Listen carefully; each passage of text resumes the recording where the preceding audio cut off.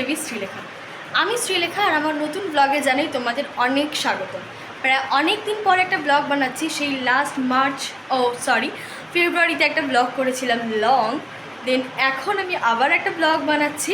তো ব্লগটা কী নিয়ে সেটা দেখার জন্য কিন্তু ভিডিওটা কন্টিনিউ দেখতে হবে। তোমরা প্রথমত দেখতেই পাচ্ছ আমি অনেক সেজেগুজে আছি।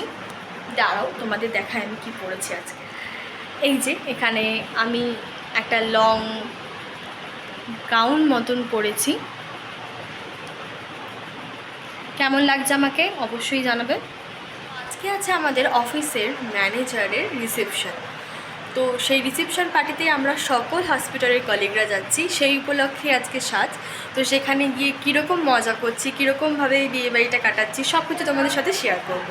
আমি আর সম্পাদি অফিস করে এসে বাড়ি এসেছি। বাড়ি এসে রেডি হয়ে আবার অফিস যাচ্ছি। ওইখান থেকে আমাদের গাড়ি ছাড়বে আর গাড়ি করে আমরা যাব কলকাতায়। এখানে টোটোতে বসে পড়েছি আবার হসপিটালে যাওয়ার জন্য। বিয়ে বাড়ি যাওয়ার এখনও গাড়ি আসেনি, তাই এখন আমরা একটু স্ন্যাক্স খাচ্ছি। কি আছে আমাদের স্ন্যাক্সে? অফিসে পৌঁছে প্রায় 1 ঘন্টা ওয়েট করার পর আমাদের গাড়ি এসছে সন্ধ্যে 7টার সময়। আর হসপিটালের যারা ছিল তারা প্রত্যেকেই বাসে করে 6টার সময় চলে গেছে, আমাদের 1 ঘন্টা আগেই। প্রায় 2 থেকে 3 ঘন্টা ওয়েট করার পর আমরা পৌঁছে গেলাম কলকাতা হরিদেবপুর। এখানে দীপুদা একটা ফুলের বুকে নিয়ে এসছে। এটাই আমাদের ব্রাইড অ্যান্ড গ্রুমকে গিফট করা হবে, সেটাই সম্পাদির হাতে তুলে দেওয়া হয়েছে। তো চলো এবার আমাদের ঘন্টা ট্রাভেল করার পর আমরা পৌঁছে গেছি কলকাতার হরিদেবপুরে বিয়ের ভেন্যুতে, বীণা ভবন। তো চলো ভিতরে ঢুকে দেখা যাক। লজের বাইরেটা ভীষণ সুন্দর করে সাজানো হয়েছে। আর সম্পাদি এখানে ডিসকাস করতে করতে যাচ্ছি কাকে আমরা এই ফুলের বুকেটা হাতে দেব। এই যে আমরা পৌঁছে গেছি আমাদের ব্রাইডের কাছে। খুব মিষ্টি লাগছে দেখতে। এটা ব্লগে ছাড়বো কিন্তু আমি।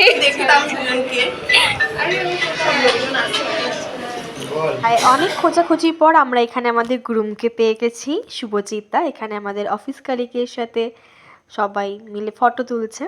ফটো তুলতেই একবার দাদা কেটে পড়লো, এতটাই ব্যস্ত।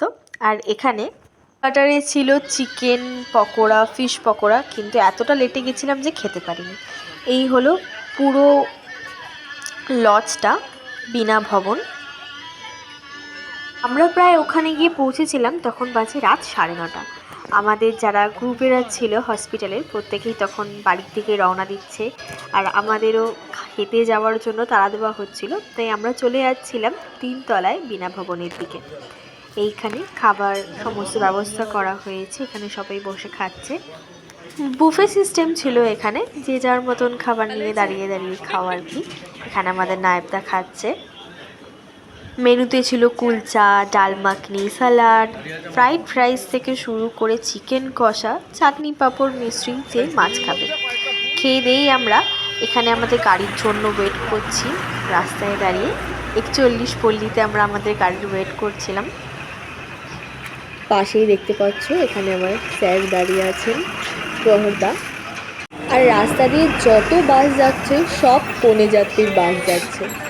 প্রত্যেকটা বাস বিয়ে বাড়ির লোকজনে পুরো প্যাক। এই যে দীপুদা যে সিগারেট খেয়ে পর সিগারেট খাচ্ছে, আমার ব্লগে কিন্তু উঠে যাচ্ছে। দীপুদা আমার ব্লগে উঠছে যে আপনি সিগারেট খাচ্ছেন।